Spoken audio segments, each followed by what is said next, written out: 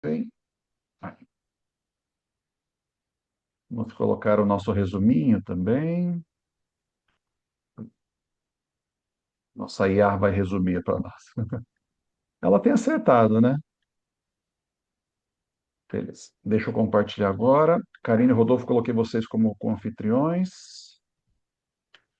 Então, puderem dar uma olhadinha no chat. Chegou aí? Ainda não. Não? Não, agora chegou. Opa, deu. Que ótimo. Bom, então a gente está na nossa jornada, né, do livro Caminho a Cristo. Essa é a minha edição aqui. Ele tem 13 capítulos, a gente está hoje caminhando pelo quinto. E depois eu vou mostrar um pouquinho, né, aquela lista de todos os capítulos. É interessante a gente observar que é uma sequência lógica ali, né? Então ele traz um passo a passo dentro dessa jornada de caminhar com Jesus, né? Não só para ir mais perto dele, mas para caminhar com ele também. Deixa eu só retomar. Importante, né? A gente, depois de 4 estudos, é bom a gente revisar algumas coisas que a gente já viu, até para ficar um pouquinho mais consolidado e a gente, né, sempre retomando a lógica do livro. A gente viu logo no primeiro estudo, na introdução, deixa eu só colocar vocês aqui em cima. No primeiro estudo, logo na introdução, que todo ser humano tem um vazio no seu coração, né? Um vazio que o livro chama de inexprimível, o anseio por alguma coisa que a gente não sabe exatamente o que que é, alguma coisa que a gente não sabe, que a gente não possui e não sabe como preencher isso. E isso foi colocado pelo próprio Deus, né? Como a gente viu no primeiro estudo. Por quê? Para ser ocupado por ele. E aí, para o pessoal novo, tem ali no nosso canal, onde a gente coloca os estudos, tem um estudo mais antigo que a gente estudou exatamente sobre esse vazio. Que esse vazio ele tem um formato. E esse formato ele só pode, né, usando tanto os estudos sobre a psique do ser humano, né, até por pessoas não cristãs, eles afirmam, isso é um fato, que tem um vazio. E aí, nesse estudo, a gente mostrou como que esse vazio pode ser preenchido e por que que o Deus do cristianismo é realmente o único que consegue suprir esse vazio. Então, fica aí para vocês, quem quiser dar uma relembrada nesse estudo, é muito interessante, né? Deus coloca esse vazio para que seja ocupado por ele mesmo. Aí depois, a gente viu logo na introdução do livro que o nosso relacionamento com Deus, ele é o mais importante de todos os nossos relacionamentos, porque ele é o único ser capaz de suprir esse vazio, de atender plenamente às necessidades do nosso coração. E quando Deus ocupa o nosso coração, suprindo esse vazio, nesse relacionamento que a gente pode ter com ele, isso impacta todos os outros nossos relacionamentos: casamento, criação de filhos, as amizades, as próprias decisões financeiras, o nosso como a gente vai usar o nosso tempo livre, quais são os nossos sonhos, os nossos propósitos e acima de tudo vai impactar o nosso destino eterno. Então isso é o que a gente viu logo no primeiro estudo. E aí, a proposta do livro. Qual é o caminho, então, né, para que a gente supra esse vazio interno que foi colocado, implantado pelo próprio Deus? Retomando aqueles 2 versos de João, que são muito conhecidos, a vida eterna é essa, que te conheçam a ti, o único Deus verdadeiro, e a Jesus Cristo a quem enviaste. E o segundo texto, Jesus, né, respondendo ali para os discípulos: eu sou o caminho, a verdade e a vida. Ninguém vem ao Pai senão por mim. Então, Jesus, ele não só é o caminho, como ele é o único caminho. Deixa eu só tirar vocês de novo aqui.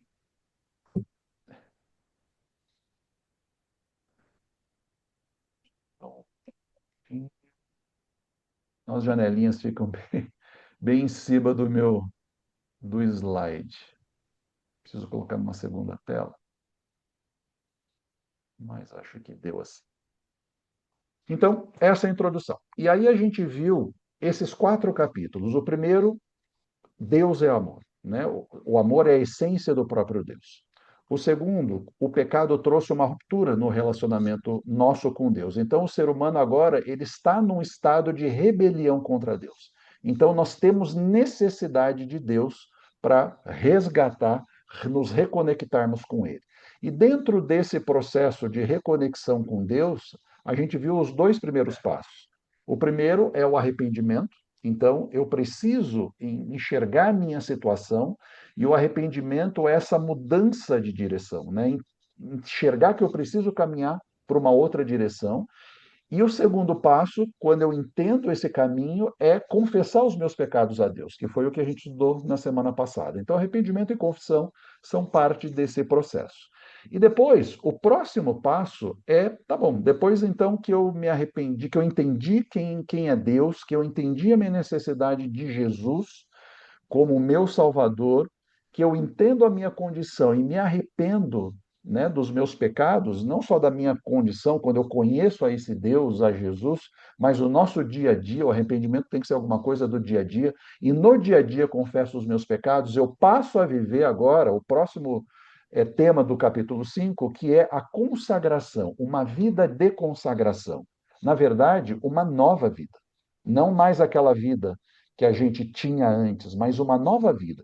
E no estudo de hoje a gente vai ver como é que isso se desdobra, né? Então, essa vida de consagração, qual é a proposta de Deus para uma nova vida, mesmo com os nossos erros e acertos, mesmo ainda com a possibilidade de pecar, mas a proposta bíblica é que nós podemos ter uma vida de consagração, uma nova vida.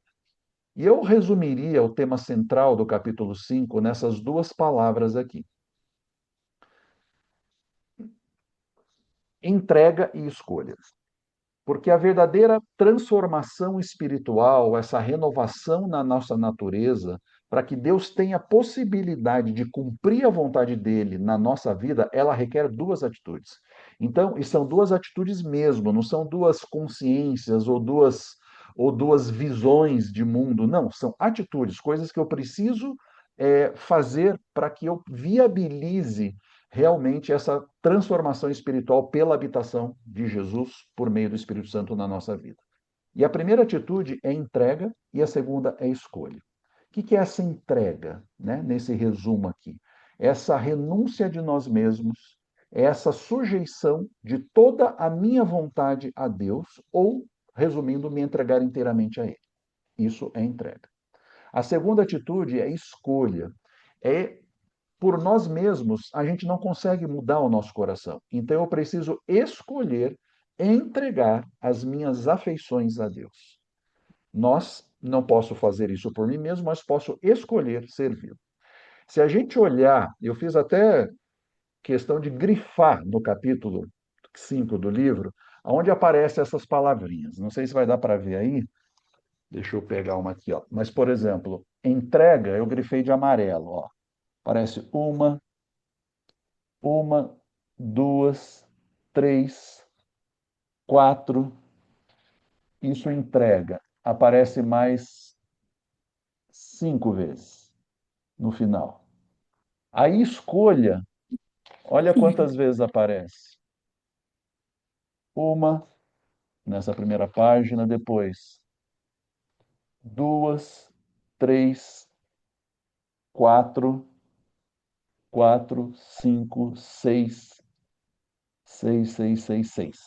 Então, quando essas palavras começam a aparecer dessa forma, mostra que realmente essa é a tônica, esse é o tema central do capítulo. Então, eu não posso, essa transformação espiritual, essa renovação da nossa natureza, essa renovação do nosso ser todo, ela só é viável quando eu exerço a minha liberdade de escolha e me entrego a Deus. Né? É assim que funciona. E quais os resultados disso quando eu tenho essas duas atitudes, de escolha, de entrega e de escolha? Paz, mesmo em meio ao sofrimento, mesmo em meio às dificuldades, mesmo em meio aos desafios da vida, descanso, bem-estar, que isso culmina com felicidade, né? Esse é o conceito de felicidade bíblica, que é uma vida de conformidade com a vontade de Deus. Isso me traz felicidade. Por quê? Porque esse vazio existencial ele está suprido, ele está preenchido pelo próprio Deus e não por outras coisas que são temporárias ou que não são capazes de suprir esse vazio. Então isso me traz esse senso de felicidade que se desdobra em paz, em descanso, em bem-estar, em relacionamentos melhores, em relacionamentos mais estáveis, em uma vida mais equilibrada, e uma série de outras coisas que a gente pode elencar aqui. Vamos agora entrar então, nos detalhes do livro, né? Só uma frase do livro que traz os dois conceitos e as duas ideias assim bem próximas, bem conectadas. O Senhor nos convida a entregar-nos a Ele a fim de que possa cumprir em nós sua vontade. Então, nós nos entregamos a Deus para que Ele cumpra em nós a vontade dele. Resta-nos o quê? Escolher se queremos ficar livres da escravidão do pecado para partilhar da gloriosa liberdade dos filhos de Deus. Olha o paradoxo aqui, né, da vida cristã. Nós nos entregamos a Deus e nessa entrega total a ele nos concede liberdade. Quem não conhece a Bíblia ou não conhece essa essência do cristianismo acha que é o inverso. Não, quando eu me entrego a Deus, eu vou ser escravizado por Ele. Eu vou perder a minha oportunidade de tomar decisões, de me libertar ou de ser livre. Não. O livre-arbítrio, a liberdade de escolha, é alguma coisa tão cara para Deus que, né, isso exigiu o respeito ao livre-arbítrio, à liberdade de escolha, exigiu com que ele enviasse o seu filho para morrer por nós. Então, isso é muito valorizado por Deus. Deus não faz nada às escondidas. Deus podia jogar embaixo do tapete o pecado de Adão e Eva, mas ele não fez isso. Ele estampou, ele mostrou isso para todo o universo, mas deu uma saída, né? Deu um caminho para que aquela solução pudesse ser resolvida. Agora, quando eu não estou com Deus, né, a gente sabe que não tem terreno neutro. Ou estou com Deus, ou estou com o inimigo de Deus. Não estar com Deus me coloca automaticamente junto ao inimigo de Deus. Mas o inimigo de Deus, Satanás, ele faz o contrário. Ele oferece uma série de coisas com a bandeira de liberdade, só que ele tem por objetivo me escravizar quando ele me oferece essas coisas.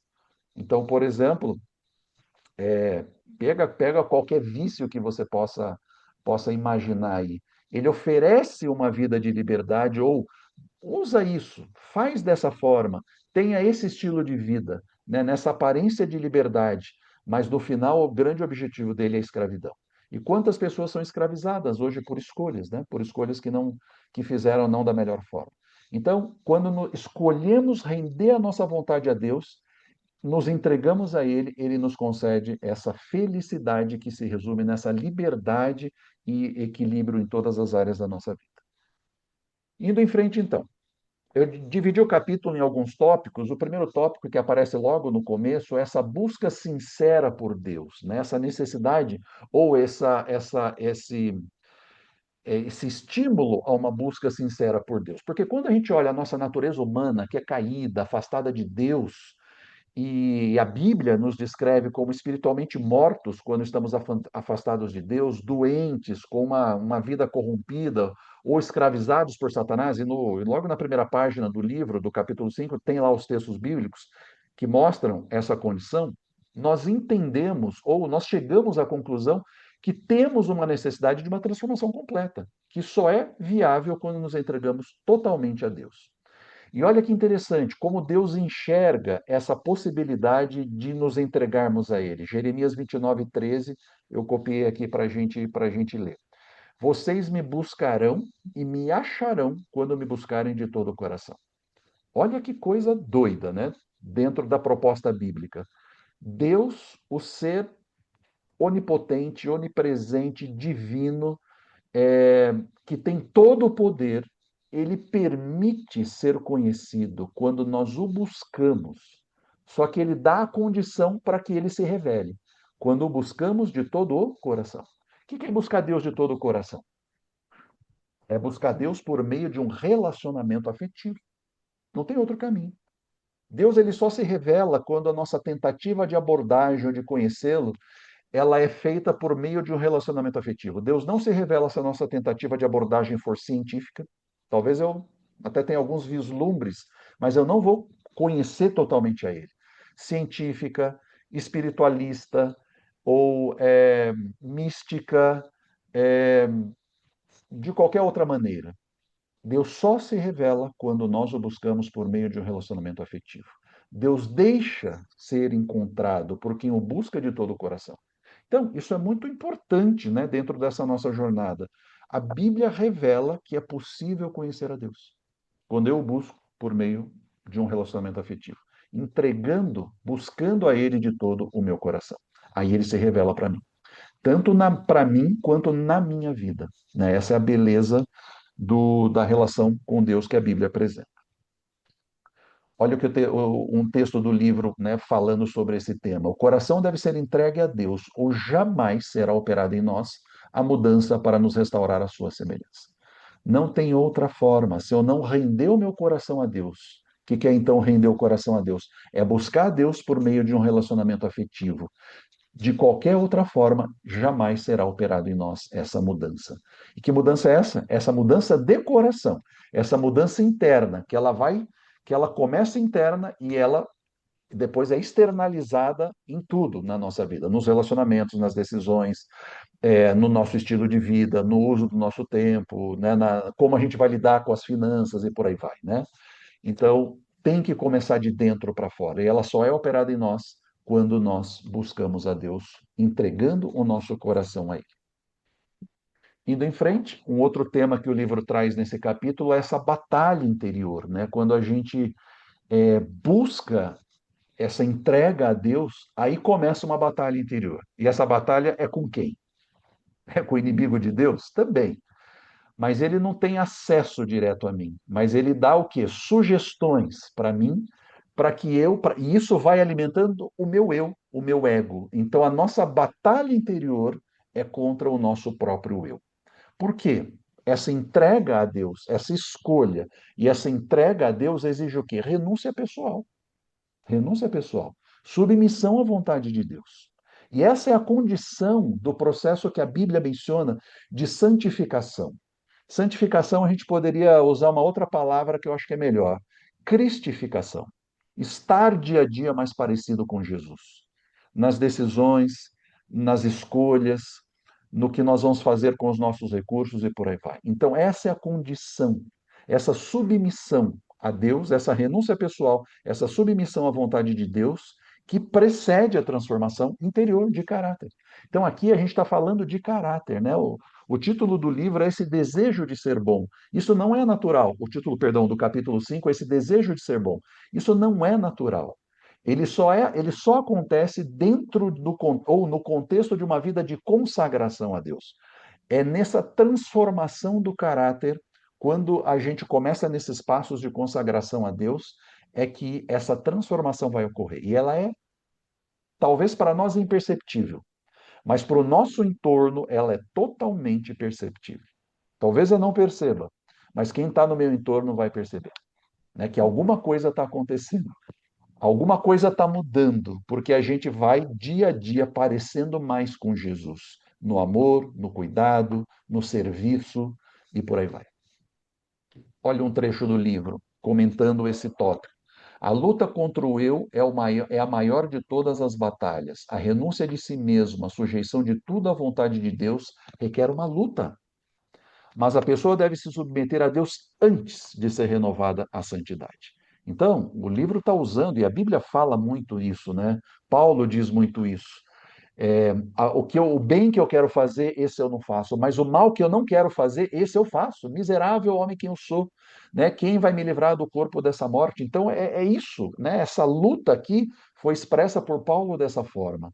Então é realmente uma batalha, é uma luta. E sozinho eu não consigo. Eu só consigo por meio da atuação do Espírito Santo. Quando eu faço as duas coisas, vou bater muito nesses dois conceitos do capítulo: escolha e entrega. Escolha e entrega. Escolher servir a Deus e me entregar, ou entregar a minha vontade a Ele. Sujeitar a minha vontade a Ele. Depois a gente vai ver mais para frente o que envolve, né, esse sujeitar, o que eu tenho que sujeitar a Deus dentro desse contexto. Então, essa luta é uma realidade, essa luta é espiritual, né? Uma luta espiritual entre as nossas duas naturezas, a natureza humana pecaminosa, então, aquela que nós herdamos ali por sermos descendentes de Adão e Eva, e a natureza espiritual, porque lembra, nós já aceitamos a Deus, já aceitamos a Jesus. Lá nos capítulos 1 a 4 já foi isso.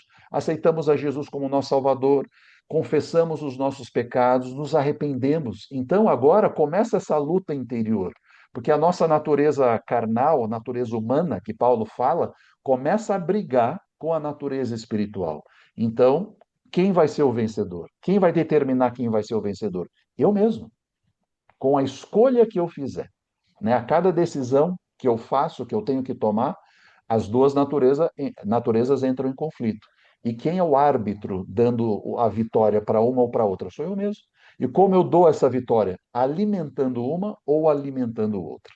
Então, esse é o contexto dessa luta, né? desse grande conflito entre o bem e o mal que se desdobra na nossa mente e está nesse contexto dessa luta. Bom, terceiro item ali que esse capítulo traz, qual é a proposta do governo de Deus para nós seres humanos? Não é forçado e nem irracional.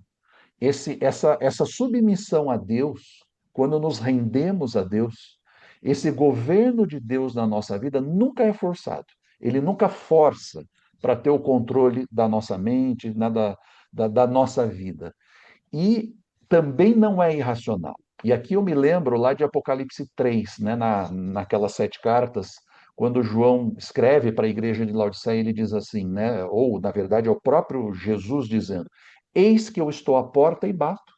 Se alguém ouvir a minha voz e abrir a porta, aí eu vou entrar. Então nunca é forçado. Jesus está do lado de fora, pedindo a entrada no nosso coração. Quando eu abro a porta, ele entra e tem uma relação de intimidade, porque ele diz: Eu vou tomar uma ceia com você, vou tomar uma refeição com você. Isso aí, né, na cultura ou na visão de um judeu do primeiro século, lá quando João escreveu, esse entrar, né, na casa de alguém é uma coisa de extrema intimidade, né? Essa hospitalidade é de extrema intimidade. Vem da cultura ali do Oriente. Então, é uma relação de extrema intimidade com Jesus. E também não é irracional. Paulo diz: o nosso culto não é irracional. Ou, perdão, o nosso culto é racional. O que é isso? Essas escolhas e decisões, elas são embasadas naquilo que Deus revela para nós. Então, eu tomo decisões racionais. Não é, por exemplo, a consequência, o exemplo, né, o contrário de Satanás. É tudo irracional o que ele propõe. Tudo, o pecado é irracional. Em última instância, o pecado é irracional. Então, quando ele apresenta alguma coisa, o objetivo dele, ele mascara, como ele fez para Eva, quando ele enganou ali, ele misturou verdade com erro para seduzir Eva, mostrando que talvez tivesse algumas coisas, mas para depois escravizá-la, né? Após o ato de pecado. Então, Satanás é irracional, ele força e ele usa argumentos irracionais. Quer dizer, nem argumentos, né? Ele força tendências irracionais. Deus não, Jesus e Deus não. Ele sempre pede permissão, porque ele respeita a nossa liberdade de escolha. E quando eu o aceito, isso é racional. Porque eu entendo que ele pode transformar a minha vida, o meu caráter, e me levar para uma situação de uma vida de felicidade. Então, Deus não força a vontade humana, ele busca uma obediência voluntária, e olha de novo a palavra, inteligente. É inteligente servir a Deus. E o objetivo dele é esse desenvolvimento pleno do caráter, e sempre dentro de um contexto de liberdade, né, em oposição à escravidão que é a proposta do inimigo. Olha um texto do livro, do capítulo 5. O governo de Deus não é baseado na submissão cega, no domínio sem razão. E ele apela para o intelecto, para a consciência. Deus deseja que o ser humano, a obra-prima do seu poder criador, alcance o mais elevado desenvolvimento. Então, a proposta por trás dessa oferta de Deus, desse relacionamento que é possível com Deus, é essa: esse elevado desenvolvimento do ser humano. Deus nos cria como a obra-prima da sua criação para manter o relacionamento conosco, com o ser humano, para que o ser humano fosse dia a dia sendo elevado, se desenvolvendo cada dia mais. Então, mais ainda numa situação de pecado, onde eu preciso me reconectar com Deus, eu preciso, né, sair dessa situação de alienação de Deus, eu preciso me reconectar com Ele, para que aí com Ele vá me desenvolvendo cada vez mais. E mesmo lá no céu, numa situação de eliminação do pecado, nós vamos passar a eternidade toda crescendo no conhecimento de Deus. Então, esse é o objetivo de Deus para o ser humano logo na criação e depois na recriação desse mundo pós-pecado. É um crescimento gradativo no conhecimento dele e nas faculdades que ele dotou o ser humano. Nós vamos crescer em intelecto, nós vamos crescer em conhecimento, nós vamos crescer em fé a ele e vamos crescer em todas as áreas, em todos os aspectos, né, da nossa vida que ele nos criou. O próximo item aqui que está aquele ponto, né? Então, para crescermos, para nos entregarmos a Deus, que renúncias eu preciso fazer? A gente já viu que é a renúncia, em última instância, do eu. Mas vamos desdobrar. O que é esse renunciar o eu, né? E o princípio que está por trás dessa renúncia é que tudo o que nos afasta de Deus tem que ser abandonado. E aí, o que me afasta de Deus é diferente do que afasta a Karine, é diferente do que afasta o Rodolfo, é diferente do que afasta a Roberta, é diferente do que afasta a Bia, é diferente do que afasta a Ellen, a Silmene, a Roberta e por aí vai. Então, cada um tem que, pela influência do Espírito Santo, pedir para que ele mostre essas áreas na nossa vida. Vou dar alguns exemplos aqui. O livro chama e a Bíblia chama, nessas coisas que nos afastam de Deus são ídolos. Coisas são colocadas acima de Deus ou na frente de Deus. Por exemplo, aquilo que a gente, né, de cara a gente já fala. Ah, dinheiro e riqueza sempre nos afasta de porque Jesus falou ali que é mais fácil um camelo entrar num buraco, passar no buraco de uma agulha, que era aquela portinha pequenininha lá nas cidades, do que um rico entrar no céu. Será? Por exemplo, duas histórias da própria Bíblia, de pessoas que interagiram com Jesus. Para o jovem rico, Jesus falou isso sim. Olha, vai e vende tudo que você tem, dá aos pobres e vem e me segue. Mas para Zaqueu, Jesus não falou isso. Alguém viu nas histórias de Zaqueu? Zaqueu era uma pessoa rica. Alguém viu, e até era desonesto.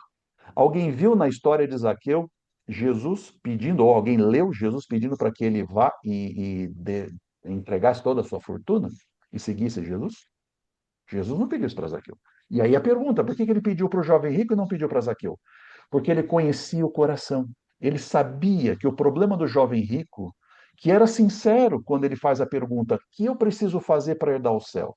As riquezas, na verdade, eram o que o atrapalhava. Ele dizia, não, eu guardo todos os mandamentos. Mas, na verdade, ele guardava talvez a letra da lei, mas a essência da lei, que é colocar Deus em primeiro lugar, não era o que ele fazia.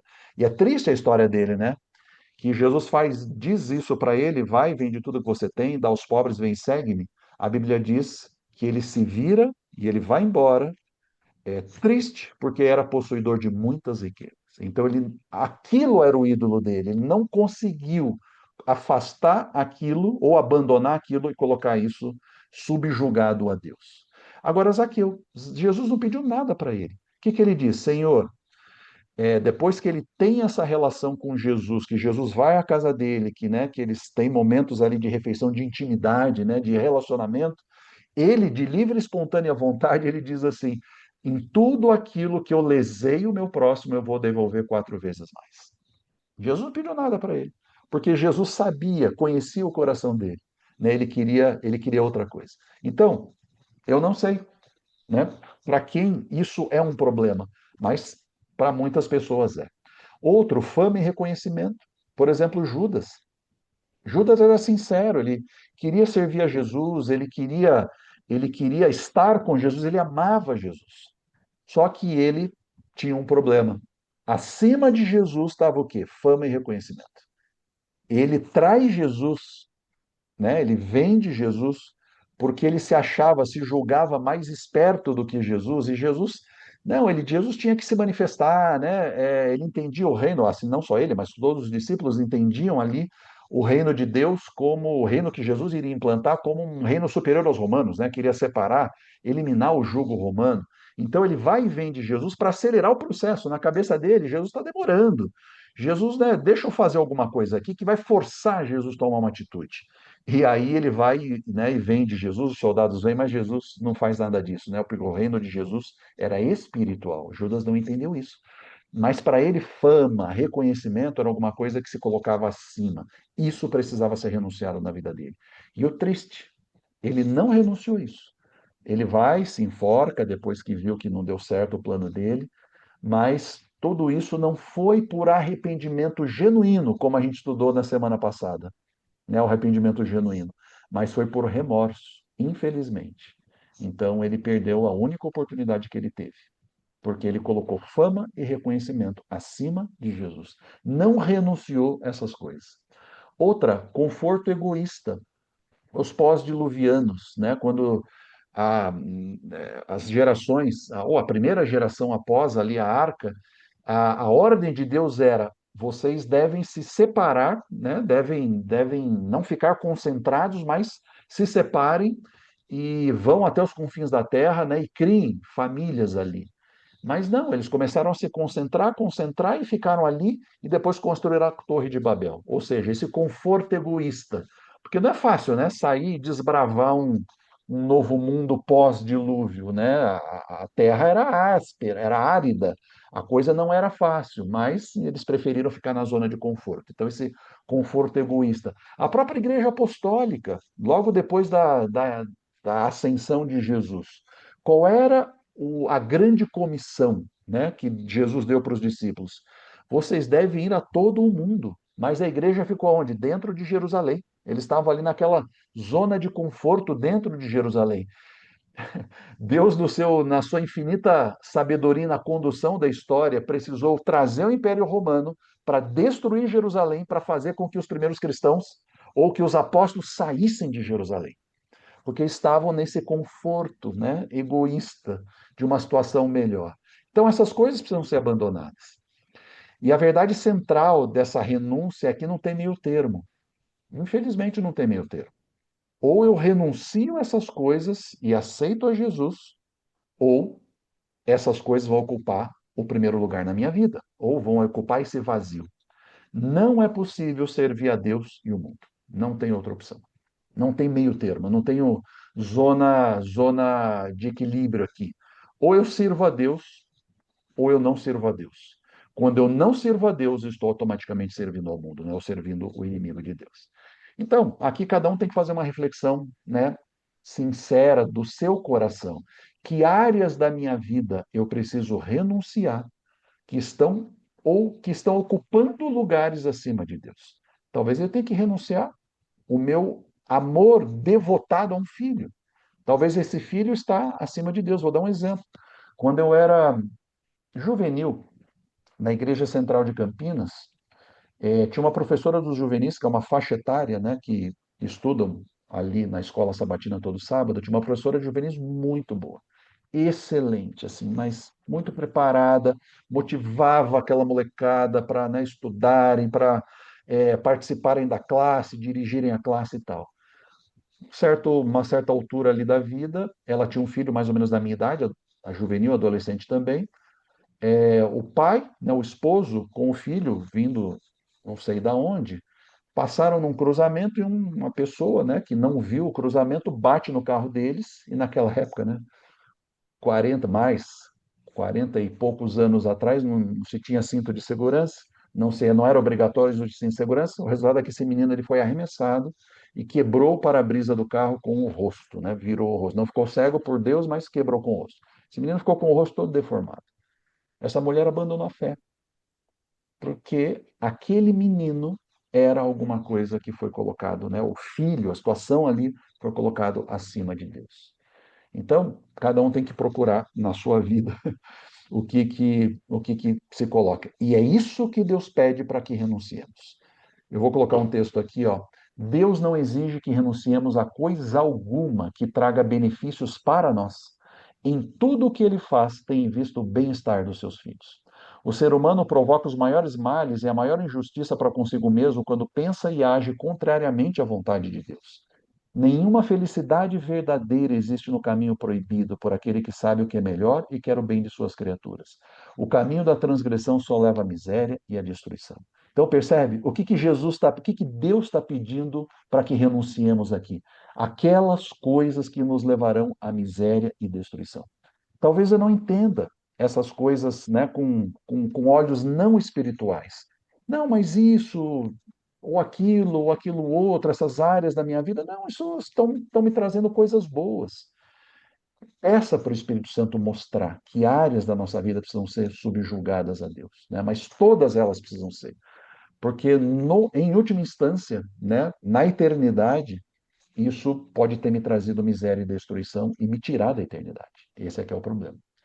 E eu sempre preciso ter isso em mente. Deus nunca vai pedir para que eu e você renunciemos a alguma coisa que nos traga benefícios espirituais.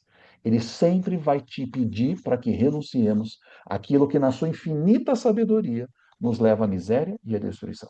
Tem coisas que a gente já sabe, que leva à miséria e à destruição, que não precisa nem o Espírito Santo estar falando muito, porque a gente já sabe, é só ver, né? Mas tem coisas mais sutis, né? Tem coisas que são boas em essência, até inclusive a nossa religião pode nos levar à miséria e destruição se isso está acima de Deus.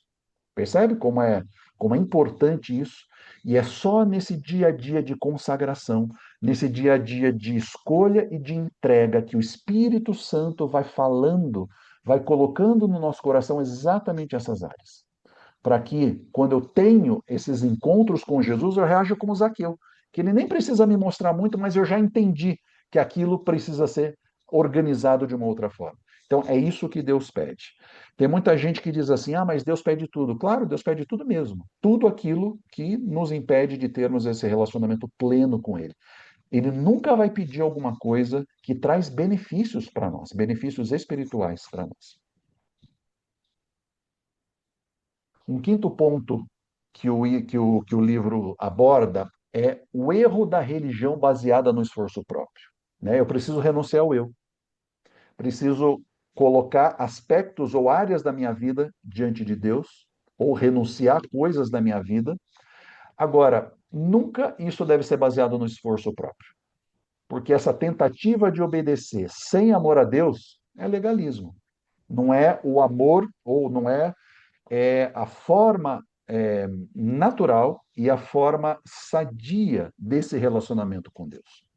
Porque quando isso acontece, quando eu tento observar as coisas ou colocar as coisas diante de Deus, ou obedecer a Deus não por amor, mas por qualquer outro, por interesse, por conveniência, por costume, né?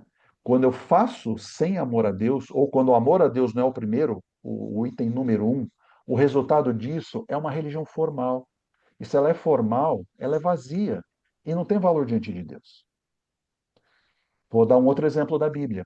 Nos capítulos finais, né, dos evangelhos, tem aquela quando Jesus fala, né, sobre os eventos finais, tal, e ele fala sobre o dia, né, do acerto de contas, o dia do juízo, vai ter dois grupos diante dele. E ele está falando, não é para aqueles que o rejeitaram, não, é para aqueles que o aceitaram. É para os cristãos que o aceitaram. Ele tem dois grupos dentro dos cristãos. E ele vai dizer: olha, vocês se afastem de mim porque eu não conheço vocês. E aí essas pessoas vão dizer: Senhor, mas como você não nos conhece? Nós visitamos os presos em seu nome, nós alimentamos as viúvas em seu nome, nós entregamos tudo em seu nome. Mas o que ele vai dizer? Eu não conheço vocês, porque vocês fizeram essas coisas, mas com outros interesses, não por amor. Então, é uma religião vazia, sem valor diante dele. Mesmo fazendo as mesmas coisas, o outro grupo fez da mesma forma, só que fez por amor.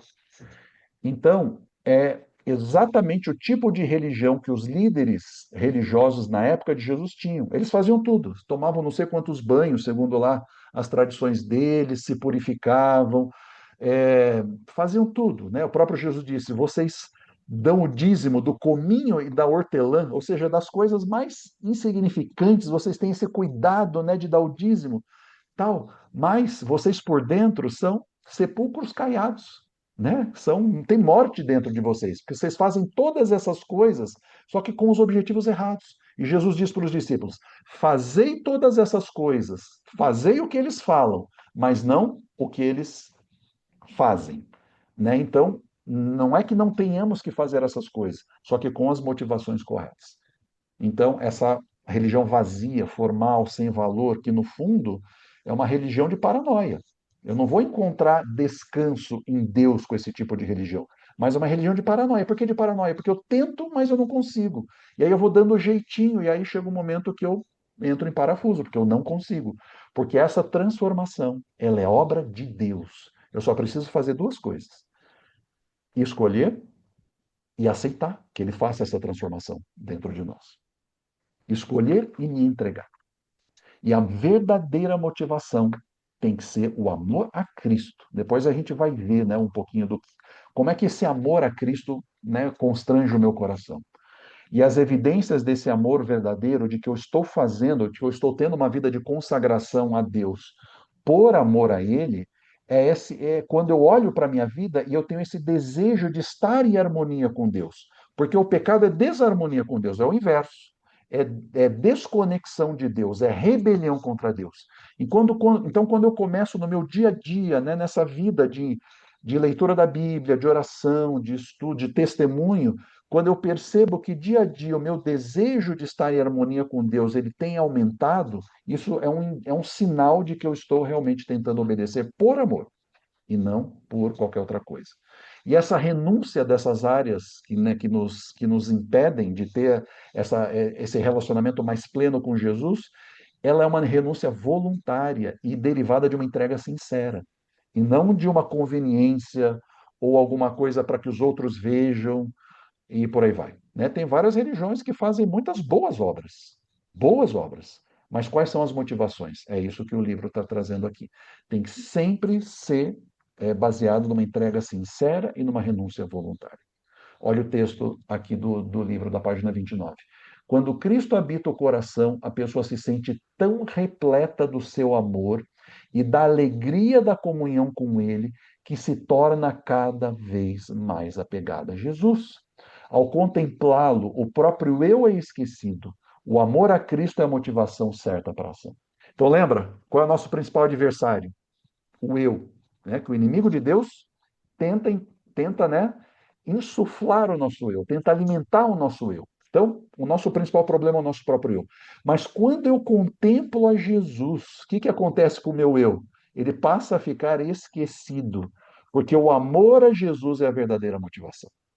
Então, quando ele habita no nosso coração, a gente fica tão repleto do seu amor e essa alegria da comunhão com ele, cada dia vai nos tornando mais apegados a Jesus. Quando a gente olha a história dos apóstolos, foi exatamente o que aconteceu. E quem levou isso mais, ou quem entendeu isso de forma mais plena foi o apóstolo João. No começo, né, como que era a natureza, o caráter dele, uma pessoa colérica, irada, inclemente, impiedosa, duro, rude e por aí vai. Lembra quando eles chegaram numa região dos samaritanos? E os samaritanos não deixaram Jesus e os discípulos pousarem ali. Não, vocês passem adiante, não quero que vocês fiquem aqui. O que João disse, né? Tiago e João, os dois irmãos, disseram para Jesus: Senhor, quer que nós peçamos a Deus que mande fogo do céu e destrua todos esses aqui? Esse era o coração de João lá atrás. Agora vai para o final do evangelho, vai para o final da vida, né, de João. Como que ele era? O discípulo do amor, filhinhos, né? Rendei os vossos corações a Deus, né? E por aí vai. Olha essa transformação. João entendeu isso.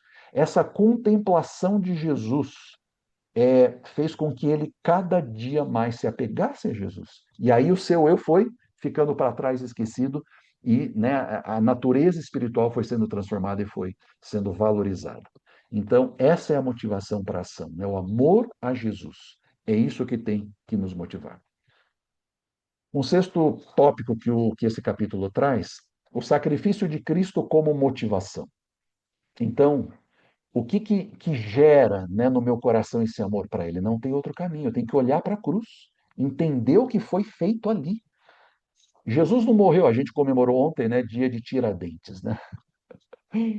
É completamente diferente o que aconteceu. Bom, se bem que tem, né, tirando os meandros da história, né, a história real, mas pelo menos aqui a gente aprende nos livros escolares, né, que Tiradentes foi um mártir ali pela independência do Brasil, de Portugal e tudo mais. O que aconteceu com Tiradentes foi completamente diferente do que Jesus fez. Jesus não foi um mártir. Muita gente diz, nossa, ele era um líder religioso, ele era um sábio, ele era um profeta até, e morreu de uma forma como um mártir, ele foi incompreendido. Não, Jesus morreu como pagamento dos nossos pecados. Ele morreu de cruz. Se ele não tivesse morrido de cruz, ele teria morrido de uma outra forma, mas ele veio para morrer, para pagar o preço pelos nossos pecados. E aí ele dá a sua vida, dá todo o seu amor e sofre por nós. E aí, quando eu enxergo o que ele fez por mim sem eu merecer nada, nada, nada, nada, e os méritos do seu sacrifício ele disponibiliza para mim hoje, para me dar uma nova possibilidade de vida, porque eu poderia sim pagar o preço do meu pecado com a minha morte. O salário do pecado é a morte. Então, chega ao final, no momento do acerto de contas com Deus, eu pago o preço do meu pecado com a minha morte, está pago. Está totalmente pago. Só que Jesus me dá uma outra opção. Sem eu pagar com a minha morte, mas com a morte dele, ele acredita esses méritos do seu sacrifício para mim. E aí eu consigo me apresentar diante de Deus pelos méritos dele. E aí eu posso, pelo que ele fez, ter vida eterna novamente. Então, quando eu olho isso, quando eu olho para a cruz e entendo o que aconteceu ali, aí entra a pergunta do item 2 aqui. Vale a pena resistir a essa entrega? Você, você tem coragem de resistir a essa entrega a alguém que deu a vida por você, que pagou o preço do seu pecado, que te deu uma nova possibilidade de vida eterna? Transferindo para as relações humanas, é o que Paulo diz lá em Efésios e outros textos também, que ele diz assim: mulheres, sujeitai-vos aos vossos maridos. E tem muito maridão aí que usa esse texto, né, para dizer que manda em casa. Mas ele não leu o final do verso. Sujeitai-vos aos vossos maridos, assim como a Cristo. Então, o que que é isso? Eu tenho que amar a minha esposa assim como Cristo amou a igreja, que é a sua esposa. Como é que Cristo amou a sua igreja, que somos todos nós, a ponto de dar a sua vida por todos nós? Então é esse amor. Que mulher não vai querer se submeter a um marido que tem esse objetivo de dar a vida por ela? Né? Então transfere para as nossas relações com Deus exatamente a mesma coisa. Vale a pena resistir a essa entrega? Não tem como resistir a essa entrega quando eu entendo o que aconteceu ali. E teve várias lições, né, que a gente estudou sobre a morte de Jesus, sobre o pagamento da dívida. Nós tínhamos, Paulo diz, um escrito de dívida. Todos nós temos um escrito de dívida. Eu tenho que dar conta dessa dívida diante de Deus. Como é que eu vou usar? Que recurso eu vou usar para pagar? Aí Jesus ele vem pela sua morte, ele acredita a sua justiça para mim. E aí eu me apresento diante de Deus, não com a minha justiça, que é trapos de imundície. Eu me apresento diante de Deus com a justiça dele, que é perfeita e plena. Então, esse é o convite, né, que esse capítulo faz. Contemplar, quando eu contemplo o sacrifício de Cristo, isso constrange o meu coração. Isso me faz me render a Ele, me submeter a Ele, subjugar aspectos da minha vida a Ele. Olha o trecho do livro. Seremos capazes de olhar para aquele a quem nossos pecados perfuraram e ainda menosprezar todo o seu amor e sacrifício? Essa é a beleza do cristianismo, né? Quando eu olho o que aconteceu na cruz, que eu enxergo o valor do preço pago ali, quando eu entendo a gravidade do pecado e pelo preço pago ali, eu vejo o tamanho do sacrifício feito pela divindade, não tem como menosprezar o amor de Jesus, o amor de Deus por nós, né? O outro item que o capítulo traz, o verdadeiro significado dessa renúncia. O que é essa renúncia? Renúncia é uma palavrinha meio danada, né, no português aqui, até o livro usa mesmo essa palavra, renúncia. Renúncia dá a impressão de alguma coisa que eu estou perdendo, né? Quando eu renuncio a alguma coisa, significa que eu estou perdendo alguma coisa. Mas o que é essa renúncia do ponto de vista espiritual? Não é perda, é libertação do pecado. Quando eu renuncio áreas da minha vida e subjugo essas áreas a Deus, eu não estou perdendo coisas, entre aspas, boas. Eu estou entregando, eu estou me libertando do pecado, porque agora Deus tem permissão para atuar na minha vida. O que é entregue? Um coração corrompido e contaminado pelo pecado, e o que é recebido? A purificação, a salvação e o amor. E essa é a verdade mais importante. Deus não pede nada que prejudique o ser humano, como a gente já leu num dos outros textos. Tudo o que Deus pede é aquilo que nos traria o quê? Sofrimento, infortúnio e, em última instância, morte. Áreas da nossa vida que, colocadas acima de Deus, vão nos desconectar ou nos manter desconectado dele, e aí ele não pode atuar. Então, o que eu estou perdendo, entre aspas? Nada. Na verdade, eu estou ganhando a presença de Deus, a habitação do Espírito Santo e a libertação do pecado. Essa é a vida de consagração. Uma vida de constante libertação do pecado. Nunca nós vamos conseguir a plenitude nessa vida ainda. Nunca. Sempre vamos ter erros, acertos e vamos pecar. Mas é aquele caminhar com Deus aonde eu vou pecando menos em pecados abertos, ou não vou tendo pecados abertos, pecados obstinados, ou que a Bíblia chama de pecado com a mão levantada, né? Eu sei que eu estou pecando e eu quero, né? Eu quero insistir nesse caminho. Mas aqueles pecados não intencionais, esses vão diminuindo, né? Nunca vão acabar. Sempre vou ter um erro ou outro, mas nesse caminhar com Deus, é essa libertação desse poder do pecado, que é essa vida de consagração a Deus. Olha o trecho do livro.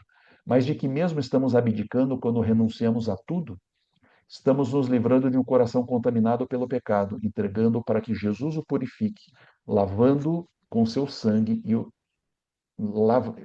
lavando com seu sangue e que o salve com seu amor incomparável. Peraí, deixa eu reler esse último parágrafo. Estamos nos livrando de um coração contaminado pelo pecado, entregando esse coração para que Jesus o purifique, lavando com seu sangue e o salve com seu amor incomparável. Olha a progressão aqui. Eu entrego o meu coração contaminado a Jesus para que ele o purifique, lavando com o seu sangue. Por quê? Aqui é uma linguagem figurada. O que é esse lavar com o sangue de Jesus? É trazendo os méritos do seu sacrifício aqui. E, em última instância, nos salvando com o seu amor incomparável. Né? Esse processo nos leva à salvação. Outro aspecto que o livro traz é que a vontade de Deus, como que é a vontade de Deus versus a felicidade humana? Deus sempre deseja o bem-estar e a felicidade de seus filhos, sempre. Esse é o objetivo de Deus. Desde a criação, antes do pecado e principalmente após o pecado. Quando Deus faz tudo o que ele fez, a divindade faz tudo o que ela fez para nos dar uma nova opção, uma nova oportunidade. Então, sempre, quando eu entendo isso, que tudo que Deus pede na sua palavra para que eu obedeça é visando o bem-estar e, em última instância, a felicidade dos seus filhos. O que é felicidade? Aquilo que a gente viu lá atrás. É uma vida equilibrada, é uma vida de relacionamentos saudáveis, mesmo no sofrimento. É uma vida de confiança no poder de Deus, de descanso no que ele faz e não no que eu faço e por aí vai. Essa é uma vida de felicidade. É uma vida que talvez não tenha tantos rompantes, né? Emocionais, mas é uma vida de equilíbrio, uma vida de constância, uma vida onde eu entendo que eu posso descansar no que Deus faz e não no que eu faço. E então é esse o objetivo de Deus, trazer o bem-estar e felicidade, ao contrário do pecado, que traz morte, miséria e destruição. É esse a proposta de Satanás. E a verdadeira felicidade, ela só vem, não tem outro caminho, quando eu obedeço a Deus e quando Cristo habita o nosso coração. Qualquer outra coisa que eu tente usar para preencher o vazio humano, né, que o próprio Freud, ateu, falou que existe, né, esse buraco, né, desculpa Karine, a imprecisão nos termos técnicos aqui, mas né, esse buraco, esse vazio da psique humana, isso é documentado, né, até pelos psicanalistas ateus, que existe isso. Só que eles não chegam à conclusão que é Deus que precisa suprir isso. Mas olha os anos, né, de miséria humana, né, da história humana. É só Deus que é capaz. Quando a gente olha a história bíblica, Deus atuando na história e na vida dessas pessoas que se submeteram a Ele, a gente vê que essas pessoas encontraram a verdadeira felicidade quando elas obedecem a Deus e quando Cristo habita no coração. Essa é a verdadeira fonte de felicidade. Qualquer outra coisa que eu tente colocar, por melhor que ela seja, ela não tem condições de suprir plenamente esse vazio.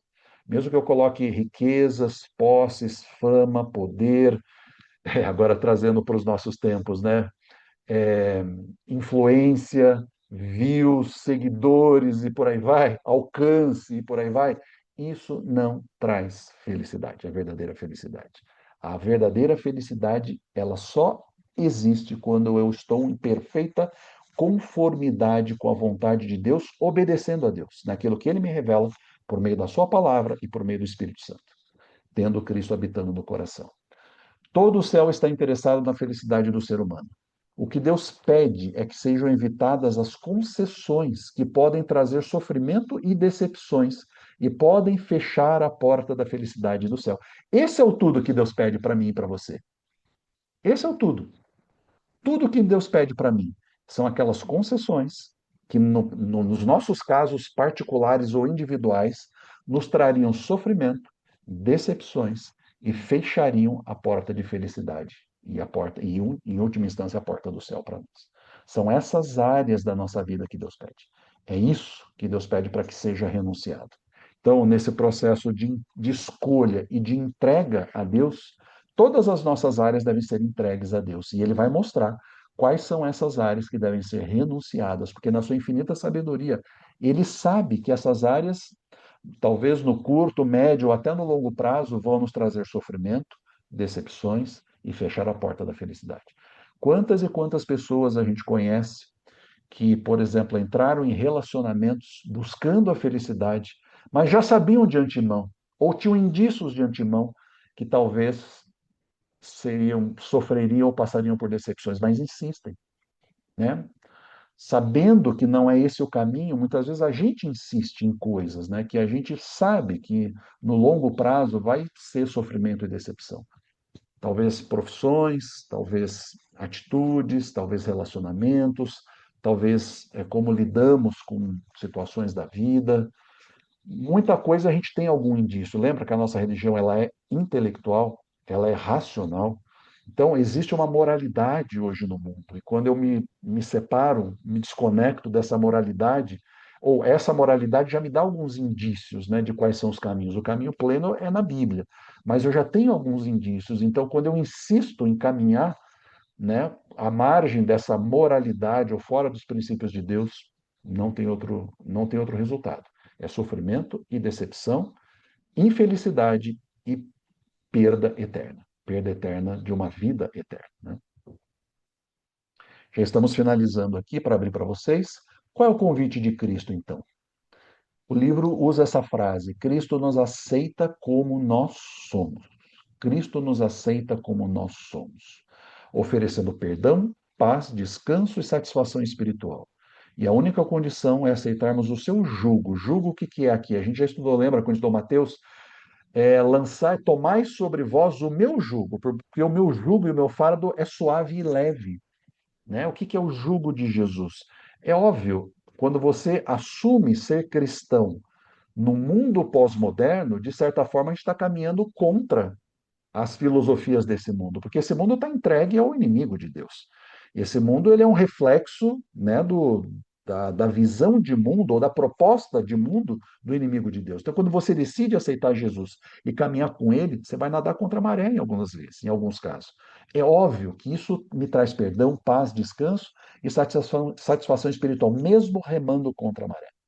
Porque, né, infelizmente, o mundo, a maioria, ou a grande porção do mundo, vive segundo os seus desejos, né? Os desejos pessoais, individuais, satisfação própria, o prazer ilimitado acima de tudo, não interessa, os fins justificam os meios, porque tudo que eu tenho é essa vida, então eu preciso garantir, maximizar a minha pseudo-felicidade nessa vida, tudo que eu puder conseguir fazer ou obter, eu vou fazer, porque tudo que eu tenho é essa vida. A proposta de Jesus é o contrário.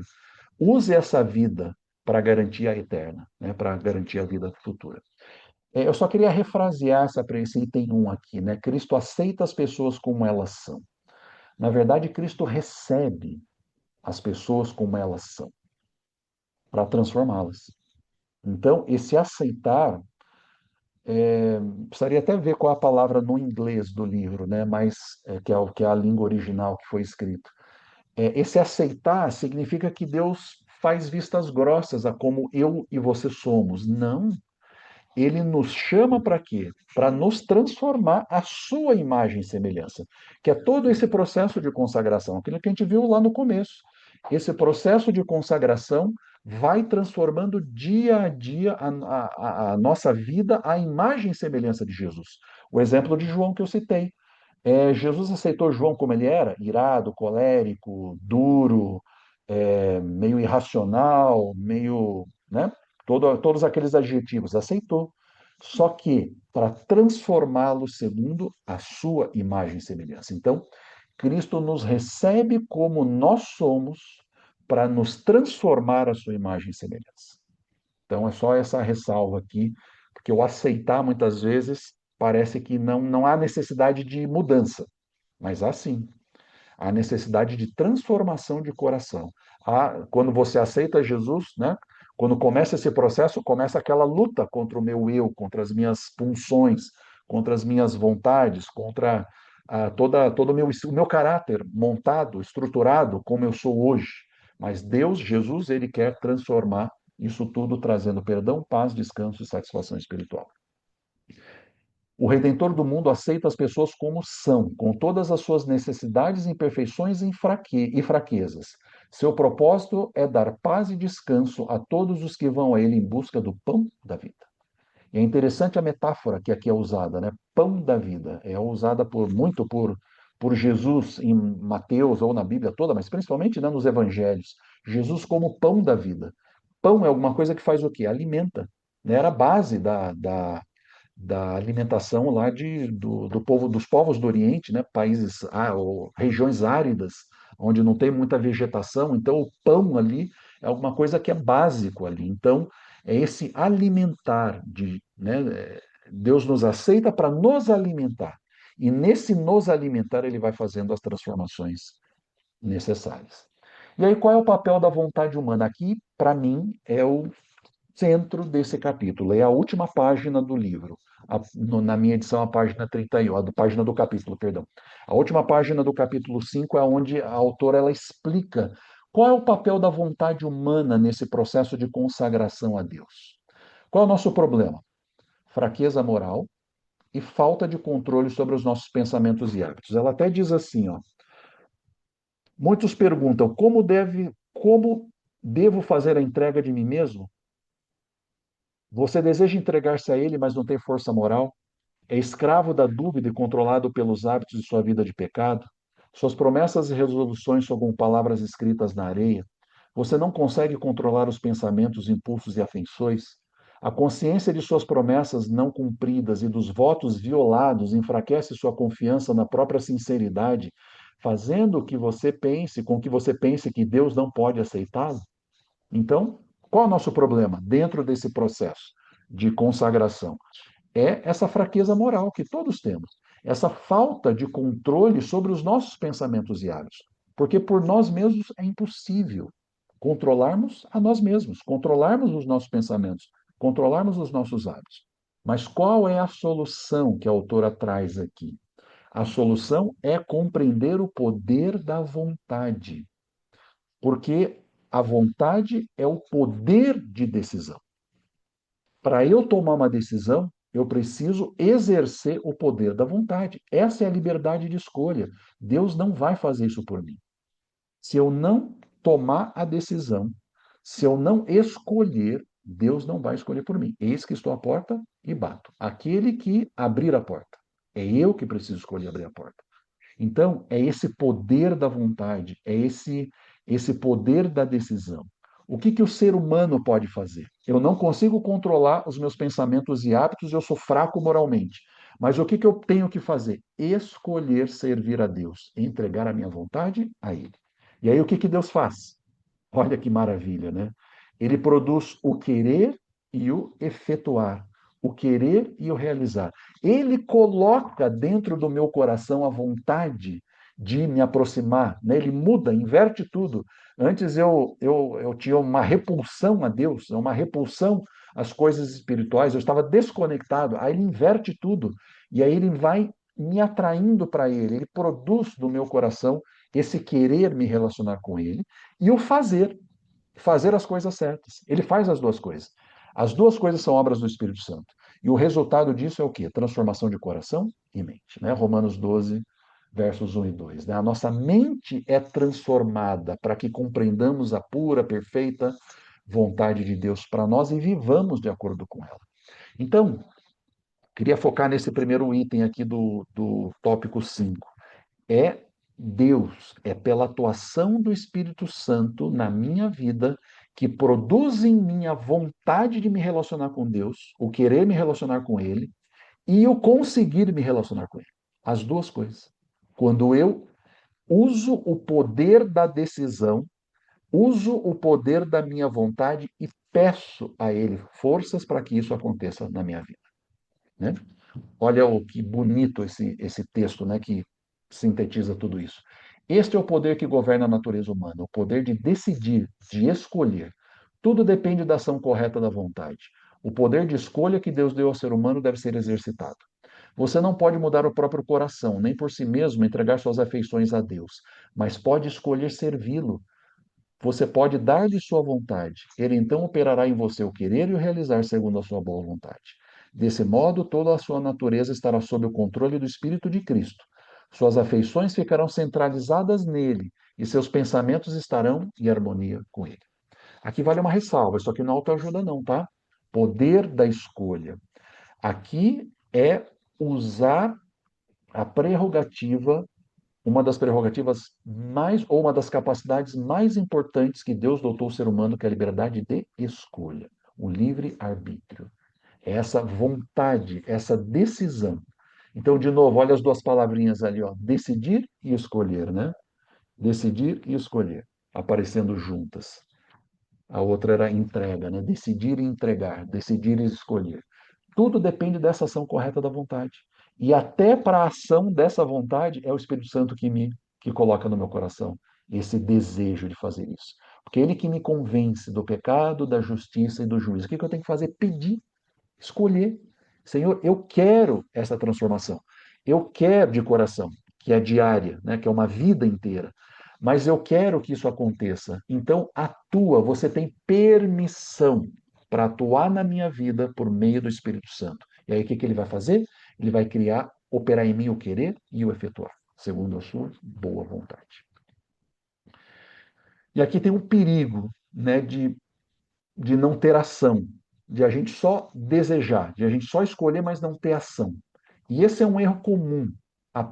Eu apenas desejo ser cristão e não tomo as ações.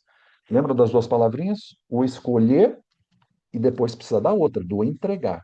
Eu escolho viver um relacionamento com Jesus, mas preciso me entregar a Ele. Só a escolha é um erro muito comum dos cristãos. Eu só escolho ser cristão, eu só desejo ser cristão, mas eu não faço, eu não efetuo, eu não me entrego. E aí qual é a consequência? É uma perda espiritual irreparável, irreparável, porque falta uma decisão concreta e eu preciso escolher agora. Então não adianta só eu decidir, eu escolher, né, render a minha vontade, mas eu preciso me entregar a Ele. O que é esse me entregar a Ele? Pela atuação do Espírito Santo, viver dia a dia de acordo com a vontade dele. Onde eu encontro a vontade dele?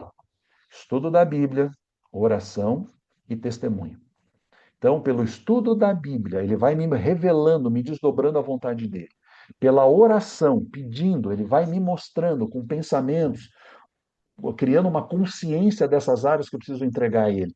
Ele vai me mostrando qual é a sua vontade para mim. Então, não basta somente desejar ser bom, é preciso ação, entrega, entrega. E essa entrega começa com os passos. Assim como o povo de Israel, quando saiu do Egito, e eles, né, vão ali e se encontram à frente do Mar Vermelho, cadeia de montanha de um lado, cadeia de montanha do outro, e o exército do faraó atrás. O que Deus disse para ele? Eles começam a reclamar: Ah, Senhor, nos tirou do Egito para morrer aqui, né? Ou nesse mar vermelho, ou sendo destruídos pelo exército do faraó. O que Deus diz para ele? Andem, caminhem, caminhem. Mesmo não tendo o mar sendo aberto ainda. Então, é isso que eu preciso fazer. Essa escolha, ela tem que vir seguida de uma entrega, de um caminhar, de iniciar uma caminhada mesmo quando eu ainda não enxergo nada do que vai acontecer, do que está acontecendo. Preciso dar o primeiro passo. É correto desejar ser bom e viver uma vida santificada, porém nada disso tem valor se ficar apenas no desejo. Muitos se perderão enquanto esperam e desejam ser cristãos. Eles não chegam ao ponto de entregar sua vontade a Deus. Não decidem agora mesmo ser cristãos. Uma pena, né? E o resultado dessa entrega total, quando entregamos a nossa vontade a Cristo, essa união com o poder divino, nos trazendo força espiritual, transformação completa e uma vida de fé. E o resultado é uma nova vida, agora sob o controle de Cristo. Através do correto exercício da vontade, uma transformação completa pode ocorrer em sua vida. Entregando a vontade a Cristo, você se une ao poder que está acima de todos os outros. Obterá força do alto para permanecer firme. Pela constante entrega a Deus, será capacitado para viver a nova vida e a vida de fé. Então, entrega, escolha e entrega. Eu não poderia terminar esse capítulo sem apresentar uma possibilidade de escolha para todos nós nessa noite. E aqui é pessoal, você não precisa dizer, falar entre você e Deus. Compreendo o incrível amor de Deus demonstrado por Jesus Cristo em sua vida, morte e ressurreição. Sim, ou ainda estou indeciso? Estou muito agradecido porque o Senhor me criou com liberdade de escolha e hoje eu escolho servir ao Senhor de todo o meu coração. Sim, ou você ainda está indeciso? E por último, desejo que toda a minha casa também venha a servir o Senhor. Ajuda-me, amado Deus. Sim, ou se você ainda está indeciso. Escolha pessoal entre você e Deus. Cada um tem que ter esse tipo de escolha na sua própria vida. Aqui o nosso estudo é para apresentar verdades, apresentar o que a Bíblia mostra sobre isso, mas a escolha, em última instância, é individual e de cada um de nós. Bom, finalizamos o estudo. Queria abrir para as perguntas. Deixa eu descompartilhar aqui.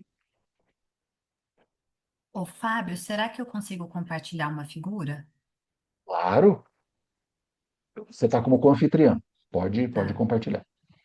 deixa eu ver. Eu acho que eu tenho que compartilhar aqui, aqui, Chegando. isso aqui. Eu não sei se apareceu. Se apareceu, somente acredite em mim, mas eu amo isso. Essa figura é muito legal, essa coisa da renúncia, né, e da entrega. Às vezes a gente segura áreas da nossa vida para entregar, né? Assim, a gente é apegado, né? Aí você falou que às vezes é um filho. Eu me lembro da história de Abraão, né? Que tinha o filho que era acima de tudo. E às vezes tem áreas muito difíceis para gente, né? Que a gente é muito apegado. E a gente quer que Deus está pedindo para entregar. E a gente fica lá segurando o ursinho, sendo que ele tá querendo entregar o ursão. Ele tá querendo entregar algo que preenche muito mais, que vai trazer muito mais felicidade. Aqui eu mostro muito essa foto para Filipa, né? Ela tá na adolescência aprendendo aí algumas questões de entrega, e eu falo, confia, entrega isso para Jesus. E às vezes a gente fica achando ali com o nosso controle que a gente vai resolver, né? A ansiedade do trabalho, a ansiedade com algum problema pessoal, e a gente acha que a gente vai resolver, e Jesus está falando, entrega a tua vida para mim, que aí a gente pode, eu uno o meu poder, que é o maior do universo, para você. E uma outra coisa que eu gosto muito também de falar é que assim, Deus criou a gente nunca pode perder de vista isso. Ele criou, e a Bíblia diz que ele tem planos para a gente desde antes da gente nascer. Ele sabe o que que a gente precisa para ser feliz, né? E o que ele quer é justamente isso, que a gente encontre a felicidade. Só que muitas vezes a gente busca caminhos diferentes, né? Que são caminhos que a gente acha que são de felicidade, mas que na verdade não preenchem tudo aquilo que o Criador, né? O que fez você, que sabe exatamente o que vai suprir suas necessidades. Ô, Era Cá, isso que eu queria eu, compartilhar. eu acho perfeito, inclusive o exemplo que você deu aí do Abraão, né, com o filho.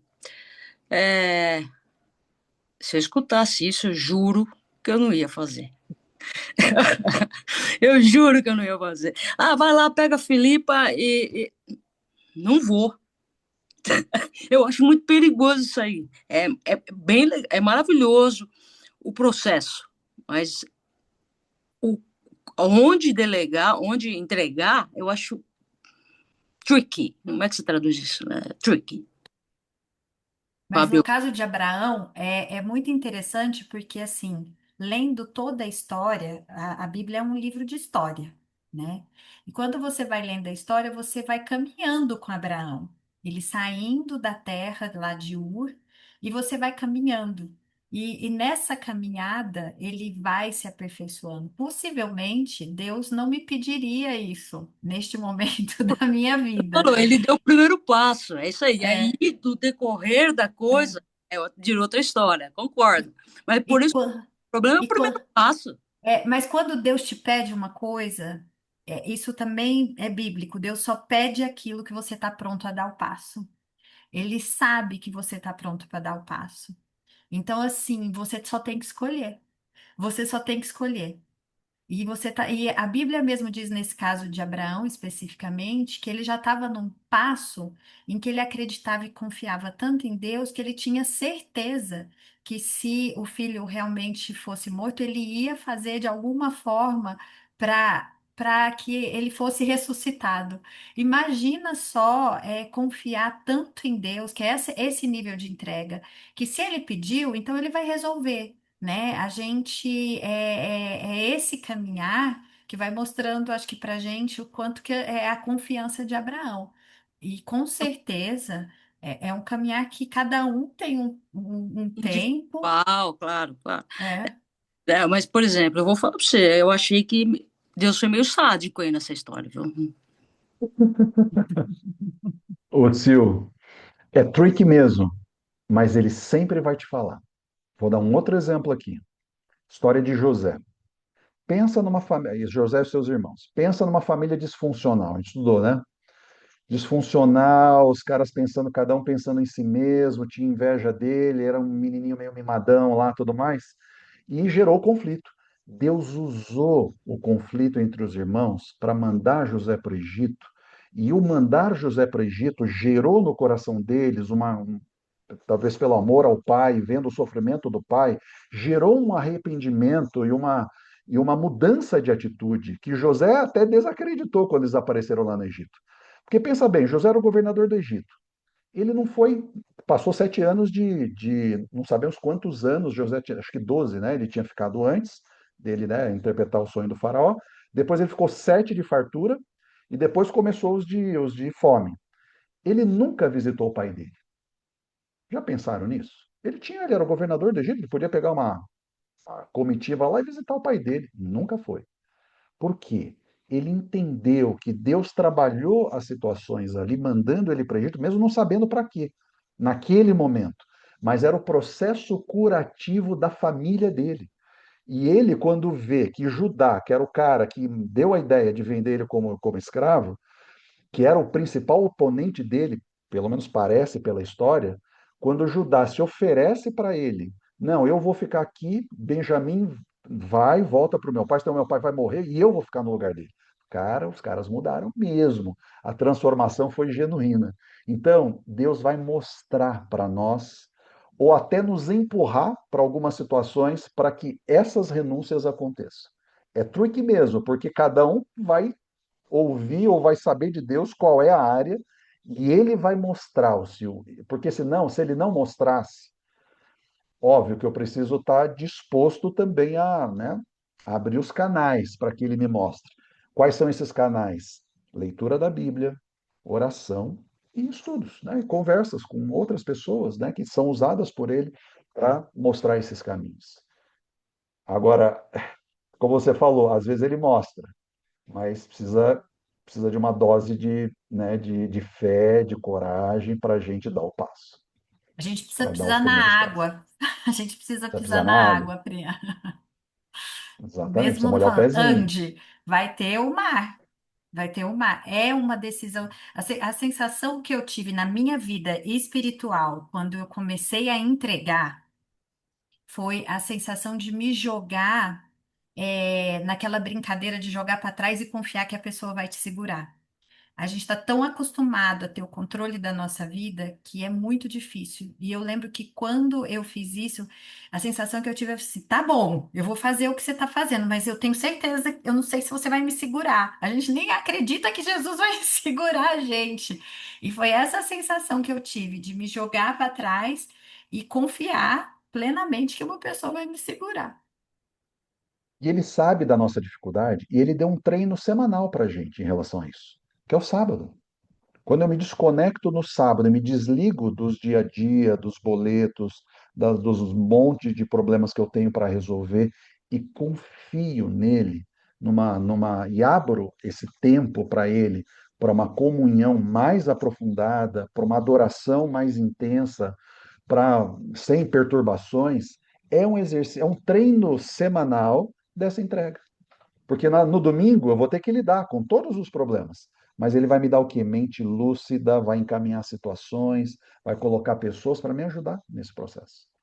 Né? Então, a gente precisa usar essas ferramentas e essas coisas que ele nos dá para a gente ir treinando essa entrega. Né? Mais perguntas, colocações?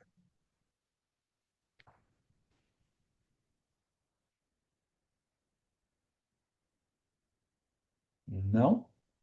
Se alguém tiver pergunta também, pode colocar no grupo ou mandar para a gente. No chat Que o também, Fábio e o acho. Rodolfo respondem. O Rodolfo está quieto hoje. Rodolfo, você está presente? O Rodolfo está descansando, merecidamente. Tô aqui, gente. Rodolfo, hoje não é sábado, hein? Pode trabalhar. Esse menino trabalhou esses dias, o Silvano, nem te conto. Fábio, se quiser, Não, então bom, vamos fazer oração, né? vamos orar? Vamos orar. Nosso Deus, nosso Pai, elevamos a Ti, Senhor, a nossa oração de gratidão por tantas bênçãos, pelo Teu cuidado protetor, pela oportunidade que temos de caminhar contigo, mesmo tendo coração corrupto, um coração que busca os nossos próprios interesses, mas temos a oportunidade de render tudo isso a Ti. Nos mostre, Senhor, aquelas áreas em nossa vida onde precisam ser transformadas, nos mostre atitudes, aspectos do nosso procedimento que não estão em conformidade com a Tua vontade. Que pela atuação do Espírito Santo possamos entregar essas áreas a Ti e exercer a nossa liberdade de escolha, permitindo que o Teu Santo Espírito faça as transformações necessárias. Nos ajudes a crescermos espiritualmente, ser com a nossa família, que esse crescimento possa ser percebido por aqueles que estão ao nosso redor e que todos eles sejam influenciados, para que possamos um dia estar todos juntos contigo nos céus. Essas bênçãos te pedimos e te agradecemos por Jesus. Amém. Amém. Gente.